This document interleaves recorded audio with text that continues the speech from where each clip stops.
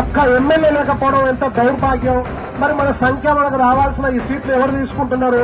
మన తోటి బీసీ కులాలు తీసుకుంటున్నాయా, అగ్ర కులాలు తీసుకుంటున్నాయా? ఈ ప్రశ్న చాలా ప్రశ్నార్థకంగా ఉన్నది. దేశవ్యాప్తంగా 5% ఉన్నారు కుమ్మరులు. ఇప్పటి వరకు ఒక్క ఎంపీ లేడు ఈ స్వాతంత్రం వచ్చిన 8 సంవత్సరాల్లో. మరి దానికి కారణాలు ఏంటి? మరి ఎట్లా అధిగమిద్దాం?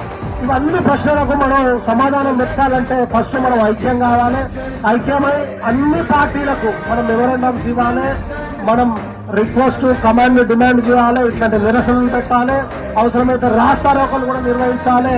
ప్రతి ఒక్క ఏ అవకాశాన్ని కూడా వదలకుండా ప్రయత్నం చేసినప్పుడు మాత్రమే మన హక్కులను మనం సాధించుకుంటామని తెలియపరుస్తూ, ఈ సమాజానికి నాకంటే ముందు మాట్లాడిన వాళ్ళందరూ కూడా కుమ్మర్ల గొప్పతనాన్ని, మన కులానికి ఉన్న అంటే ప్రతి యుగంలో కూడా ద్వాపర యుగం, త్రేతాయుగం, కృతయుగం ఇట్లా అనేక యుగాల్లో భగవంతుడితో పాటు ఈ సమాజంతో అనేక రకాలుగా మనకు సత్సంబంధాలు ఉన్నాయి.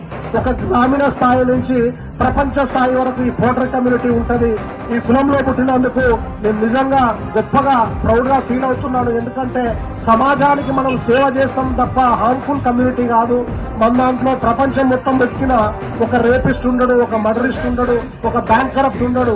వీలైనంత వరకు ఈ సమాజానికి, ప్రకృతికి మనం సేవ చేస్తాం తప్ప హార్మ్ఫుల్ పర్సన్స్ రావు.